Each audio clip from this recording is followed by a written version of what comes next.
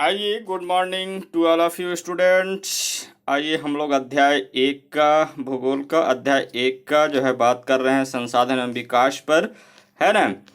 तो इसमें कुछ टॉपिक पर बात हो चुका है और आगे आइए हम लोग बात करते हैं अगला टॉपिक पर, है ना। चलिए आइए देखते हैं अगला टॉपिक आपका है प्राकृतिक संसाधन। अगला टॉपिक क्या है? ये हमारा टॉपिक अभी वर्तमान में जो पढ़ना है ये टॉपिक है आपका प्राकृतिक संसाधन। ये दिख रहा है आपको, एक मिनट, हाँ, ये प्राकृतिक संसाधन। तो आइए जानते हैं प्राकृतिक संसाधन जो नेचर द्वारा मानव के लिए निःशुल्क प्रदत्त वैसे संसाधन को हम प्राकृतिक संसाधन कहेंगे, जैसे वायु, जल, भूमि, है ना, वनस्पति। ये सब क्या है? जब मानव के ये सब उपयोग में आते हैं तो ये मानव के लिए क्या हो जाते हैं? प्राकृतिक संसाधन हो जाते हैं, क्योंकि इसके लिए मनुष्य कोई पैसा नहीं देता है ना। तो आइए जानते हैं इसमें आगे, है ना, क्या डिटेल है, आइए जान लिया जाए। देखिए, प्राकृतिक संसाधनों की श्रेणी में उन्हीं चीजों को रखा जाता है जिनके बनाने में मानव का कोई योगदान नहीं है। तो कहा जा रहा है कि प्राकृतिक संसाधनों की श्रेणी में उन्हीं चीजों को रखा जाता है जिनके बनाने में या जिनको बनाने में मानव का कोई योगदान ही ना हो। वैसे जल को बनाने में क्या मानव का कोई योगदान है? कहोगे नहीं। भूमि को बनाने में मानव का योगदान है? नहीं। वनस्पति को बनाने में मानव का कोई योगदान है? नहीं। वायु को बनाने में मानव का योगदान है? नहीं। तो फिर है किसमें? और वही अमूल्य वस्तु जो मानव का उसमें किसी भी प्रकार का बनाने में कोई योगदान नहीं है, वह क्या है? प्राकृतिक संसाधन है ना। वह केवल उन्हें अपने प्राकृतिक संदर्भ में अलग करता है। उदाहरण के लिए जंगल से काटकर लाए गए लकड़ी को हम प्राकृतिक संसाधन मान सकते हैं। क्या लकड़ी को आपने बनाया था? नहीं, प्रकृति ने बनाया था। मगर कपास जिसे मानव उगाता है को नहीं, यानी मगर कपास जिसे मानव उगाता है, क्या उसको हम प्राकृतिक संसाधन कहेंगे? नहीं कहेंगे। क्यों नहीं कहेंगे? इसलिए नहीं कहेंगे क्योंकि उसमें मानव का हस्तक्षेप लगा है ना। इसी तरह हम धरती के भीतर से निकाले गए लौह अयस्क को प्राकृतिक संसाधन मानेंगे, मगर उसी अयस्क से मानव द्वारा निर्मित इस्पात को हम प्राकृतिक संसाधन नहीं मानेंगे। जैसे मान लीजिए लौह अयस्क, कच्चा लोहा जब निकाला गया भूमि के अंदर से, धरती के अंदर से, तो वो तो प्राकृतिक संसाधन कहलाया। लेकिन जब इस्पात जब मानव द्वारा जब निर्माण हो गया, तो क्या उस इस्पात को हम प्राकृतिक संसाधन कह दें? नहीं कहेंगे। क्यों नहीं कहेंगे? इसलिए नहीं कहेंगे क्योंकि उसमें मानव का हस्तक्षेप हो गया है। ठीक है। तो प्राकृतिक संसाधन के अंतर्गत उन्हीं चीजों को रखा जाता है जिसको बनाने में मानव का कोई हस्तक्षेप ना हो। उदाहरण के लिए मैंने बता ही दिया था, जैसे जल, वनस्पति, वायु, भूमि, लकड़ी इत्यादि। ठीक है। चलिए आगे चलिए, थोड़ा सा एक क्वेश्चन है, बड़ा रोचक है, आइए जान लेते हैं। आप इनमें से किसे प्राकृतिक संसाधन मानेंगे? कारण सहित चर्चा करें। नदी का पानी हम इसे प्राकृतिक संसाधन मानेंगे क्योंकि नदी का पानी को हम बनाए नहीं हैं। लेकिन बोतल में बंद मिनरल वाटर को प्राकृतिक संसाधन हम मानेंगे क्या? पानी तो है, लेकिन उसमें हमारा हस्तक्षेप लगा हुआ है, कुछ न कुछ उसमें केमिकल हमने मिलाया है और बोतल में अलग से पैक किया है, अर्थात वो प्राकृतिक संसाधन नहीं होगा, ये प्राकृतिक संसाधन होगा। चलिए आगे। डीजल है ना, डीजल को प्राकृतिक संसाधन मानेंगे? नहीं। क्यों नहीं मानेंगे? ये खनिज तेल के रूप में मिलता है, न कि डीजल के रूप में मिलता है। ठीक है। सिलेंडर में भरा ऑक्सीजन प्राकृतिक संसाधन है? नहीं। खनिज खनिज तेल बिल्कुल प्राकृतिक संसाधन है, इसे हम प्राकृतिक संसाधन मानेंगे। ठीक है। संगमरमर बिल्कुल प्राकृतिक संसाधन, आप मान लीजिए पत्थर संगमरमर का। मुर्गा नहीं, ये प्राकृतिक संसाधन है। मुर्गा को आप थोड़ी बनाए हैं, ये तो प्रकृति ने बनाया है, लेकिन आप पालते हैं। ठीक है। गन्ना आप उगाते हैं, इसलिए ये नहीं होगा। ठीक है। तो आइए अब देखते हैं आगे।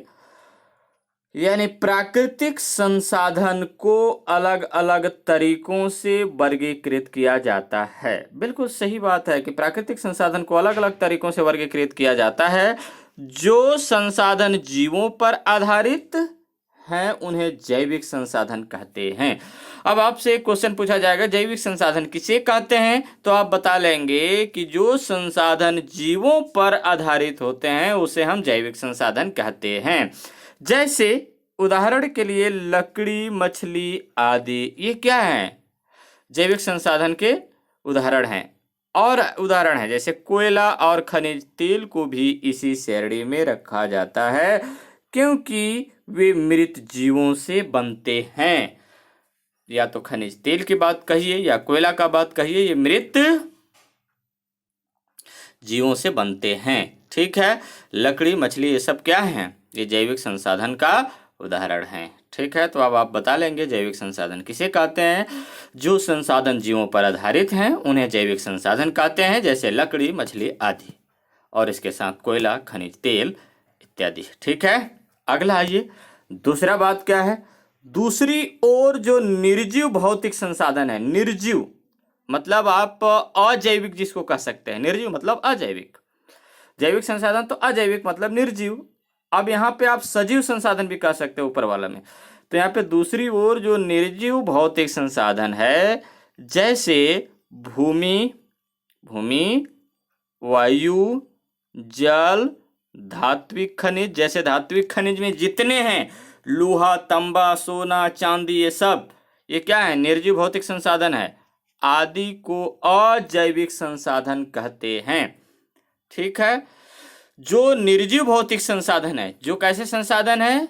निर्जीव भौतिक संसाधन है, जैसे भूमि, वायु, जल, धात्विक खनिज आदि को अजैविक संसाधन कहते हैं। आप कह सकते हैं जो संसाधन जीवों पर आधारित नहीं है, जीवों पर आधारित नहीं है, उन्हें हम अजैविक संसाधन कहते हैं। जैसे भूमि, वायु, जल, धात्विक खनिज आदि को अजैविक संसाधन कहते हैं। ठीक है। आइए अगला पैराग्राफ में जानते हैं हम लोग। अगला पैराग्राफ में है कि संसाधनों को एक और आधार वर्गीकृत किया जाता है। मतलब क्या बोल रहा है कि संसाधनों को एक और आधार पर वर्गीकृत किया जाता है, यह देखकर कि ये संसाधन प्राकृतिक में लगातार बनते जाते हैं। यानी संसाधनों को एक और आधार पर वर्गीकृत किया जाता है, यह देखकर कि ये संसाधन प्रकृति में लगातार बनते जाते हैं, यानी इनकी प्रक्रिया लगातार बनने की है या नहीं, ये दोनों बात कह रहा है। कुछ तो ऐसे हैं, कुछ बनते रहते हैं, कुछ नहीं बनते हैं। जैसे जो संसाधन प्राकृतिक तौर पर बनते रहते हैं उन्हें हम नवीकरण संसाधन कहते हैं। जो संसाधन प्राकृतिक तौर पर बनते रहते हैं उन्हें नवीकरण संसाधन कहते हैं। और जो सीमित मात्रा में उपलब्ध है, जो सीमित मात्रा में, बहुत कम मात्रा में उपलब्ध है और आसानी से नहीं बनते, उन्हें अनवीकरण संसाधन कहते हैं। ध्यान रखना, जो सीमित मात्रा में उपलब्ध है और जो आसानी से नहीं बनते हैं उसे हम क्या कहते हैं? अनवीकरण संसाधन कहते हैं। कोयला आसानी से बन जाएगा, वो लाखों करोड़ों वर्ष का जो है प्रक्रिया चलता है उसमें। ठीक है। लेकिन वायु, कार्बन डाइऑक्साइड को पेड़ लिया, पेड़ ऑक्सीजन दिया, ये चक्र चलता रहता है। जैसे जल है तो जल वाष्प बन के ऊपर गया, संघनन हुआ, संघनन होने के बाद बारिश किया, फिर वो वहीं आ गया। तो ये चक्र चलते रहते हैं, ये जल्दी बन जाते हैं। लेकिन जो बहुत समय लगाते हैं बनने में, वो अनवीकरण संसाधन के बारे में आ जाएंगे। तो आइए आगे जानते हैं हम लोग। बहुत अच्छा टॉपिक है नवीकरणीय संसाधन। आइए ध्यान से सुनिए क्या है नवीकरणीय संसाधन, जो जिसका नया नया रूप होता रहता है, अर्थात ये नवीकरण होता रहता है। देखिए, नवीकरणीय संसाधन वे हैं जो प्राकृतिक प्रक्रियाओं से नवीकृत होते रहते हैं। नवीकरण संसाधन वे हैं जो प्राकृतिक प्रक्रियाओं से नवीकृत अर्थात नया रूप में परिवर्तित होते रहते हैं।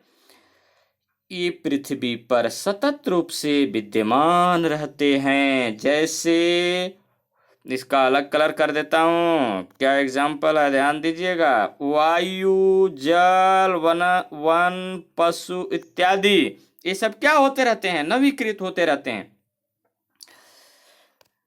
अब देखिए अगला है ये, यदि मनुष्य इनकी नवीकरण की प्रक्रिया में बाधा न डाले और उनका एक सीमा के अंदर उपयोग कर ले, यानी करे, तो वे सतत उपलब्ध रहेंगे। हमेशा क्या होंगे, उपलब्ध रहेंगे। अगर मानव उस पर किसी भी प्रकार का कोई हस्तक्षेप न करे तो हमेशा वो सतत रूप से उपलब्ध रहेंगे। इनके उपयोग की एक सीमा है। इस सीमा के बाद अथवा गलत उपयोग से संसाधनों का अवनयन का मतलब होता है बिगड़ना या खराब होना, अवनयन होता है और उनके नवीकरण पर प्रतिकूल प्रभाव पड़ता है, अर्थात विपरीत प्रभाव पड़ता है ना। तो आइए देखते हैं, उदाहरण के लिए जल पृथ्वी पर सतत विद्यमान है। सागरों से जल वाष्पीकृत होकर जल वाष्प बनता है, अर्थात सागर से क्या होता है, जल वाष्पीकृत होता है और वाष्पीकृत होकर के वो जल वाष्प बनता है और जो ऊपर जाके संघनित होकर वर्षा के रूप में महाद्वीपों पर अर्थात स्थल भागों में महाद्वीपों को वर्षा के रूप में प्राप्त होती है। वर्षा जल का कुछ भाग भूमि में रिसकर भूजल बनता है, कुछ भाग भूमि में रिसकर भूजल बनता है और शेष भाग नदियों से बहकर पुनः सागर में चला जाता है। यह प्रक्रिया निरंतर चलती रहती है और जल नवीकृत होता रहता है। यही तो प्रक्रिया है नवीकरण होने का। हम इन प्राकृतिक प्रक्रियाओं में कई अवरोध पैदा कर देते हैं या गलत उपयोग करके उन्हें प्रभावित करते हैं। इससे नवीकरण प्रक्रियाएं प्रभावित होती है। उदाहरण के लिए यदि पृथ्वी पर वन कम हो जाए, पेड़ पौधों का आवरण कम हो, तो वर्षा के जल को भूमि में रिसने का मौका नहीं मिलेगा। भूजल स्तर रिचार्ज प्रभावित होने लगेगा, अर्थात भूमिगत जल धीरे धीरे क्या होने लगेगा, कुएं या नलकूप से सूखने लगेगा। कुएं व नलकूप से सूखने लगेंगे। अर्थात मान लीजिए कि आपका नलकूप का 400 फीट में पानी मिला है। अगर इसी तरह से पेड़ पौधे काट दिया जाए तो पानी रिस करके धीरे धीरे अगर भूमि के अंदर नहीं जा रहा है तो इसका जो 400 फीट के जगह पर वो पानी का स्तर नीचे चला जाएगा, जो 500 फीट में मिलेगा। अब आपको और 100 फीट गड्ढा करवाना पड़ेगा। ठीक है, तो ऐसा प्रक्रिया है। इसलिए जल का उपयोग बहुत सावधानी पूर्वक से करें, पेड़ का कटाई भी ना करें, है ना। पेड़ को बचाओ, उससे ऑक्सीजन मिलेगा, पेड़ रहेगा तो बारिश भी होगा। ठीक है, चलिए आगे। नदियों में गंदा पानी बहाया जाता है। यदि यह कम मात्रा में हो तो बहता हुआ जल और उसमें मौजूद जीव इसे साफ करने की क्षमता रखते हैं, परंतु आज अत्यधिक मात्रा में कचरा डाला जाता है और बांध व सिंचाई के कारण नदियों में पानी का बहाव भी कम होता जाता रहा है। इस कारण नदियां अपने आप को साफ नहीं कर पा रही हैं। देखते देखते नदियां गंदे नालों में बदल जाती है। यदि हमें इस प्रदूषण को रोकना है तो हमें कचरे का अन्य उपयोग करना पड़ेगा, जैसे खाद बनाने के लिए या पानी को साफ करके बगीचों में उपयोग करने के लिए इत्यादि। इसके साथ साथ उद्योगों द्वारा निकाले जाने वाले कचरे को पुनः उपयोग, रिसाइकिल या पुनः चक्रित करना होगा। नदी में पानी की मात्रा बढ़ाई जाए ताकि वे जीवित रह पाएं और उनकी प्राकृतिक नवीकरण की प्रक्रियाएं चलती रहे। ठीक है, इस तरह से होता रहता है। अतः यह आवश्यक है कि इन संसाधनों का प्रयोग उसके नवीकरण के चक्र को ध्यान में रखकर करें तो बेहतर होगा।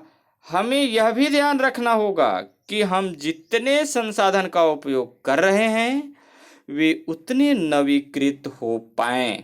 ये भी ध्यान रखना है कि मान लीजिए मैं 10 केजी पानी का उपयोग कर रहा हूं तो उतने ही पानी रिचार्ज हो पाए भी उसके अंदर, है ना। इसी प्रकार यदि किसी क्षेत्र में भूमिगत जल का दोहन या उपयोग उसके रिचार्ज से ज़्यादा है तो भूमिगत जल स्तर कम होगा, और अगर संतुलन में है तो भूमिगत जल स्तर कम नहीं होगा। ठीक है, तो यहाँ से एक क्वेश्चन है, आप बनाइए। नवीकरण संसाधन से क्या तात्पर्य है, इसकी उपयोगिता या इसकी प्रक्रिया को स्पष्ट कीजिए। इसकी प्रक्रिया को स्पष्ट कीजिए। और एक क्वेश्चन और है, जैविक संसाधन एवं अजैविक संसाधन में अंतर स्पष्ट कीजिए उदाहरण सहित। उदाहरण सहित। चलिए ठीक है, धन्यवाद। बस आज यहीं तक बात करते हैं, बाकी अगले दिन हम लोग अगला टॉपिक पर बात करेंगे। ठीक है।